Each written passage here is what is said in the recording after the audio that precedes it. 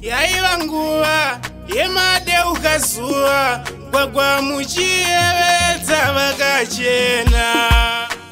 Zvakandifadza pasina anga akatsamwa, mumwe nemumwe wake vakananga. Mageto youth aifamba achienda kwanga kune dhansi. Mageto youth aifamba achienda kwanga kune dhansi.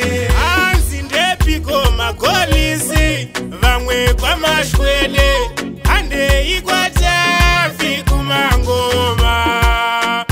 Kustotati vamwe kule mcheni, handei city sports kumangoma. Mageto youth aifamba achienda kwanga kune dhansi. Mageto youth aifamba achienda kwanga kune dhansi. Yaiva nguva yemadeuka zuva, gwagwa muchiyevedza vakachena.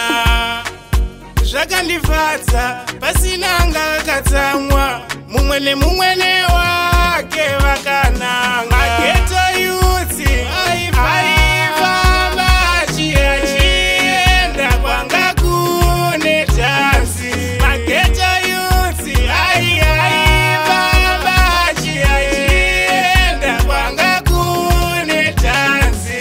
Hanzi ndepiko makolisi, vamwe kwamashwele, handei kwatafi kumangoma.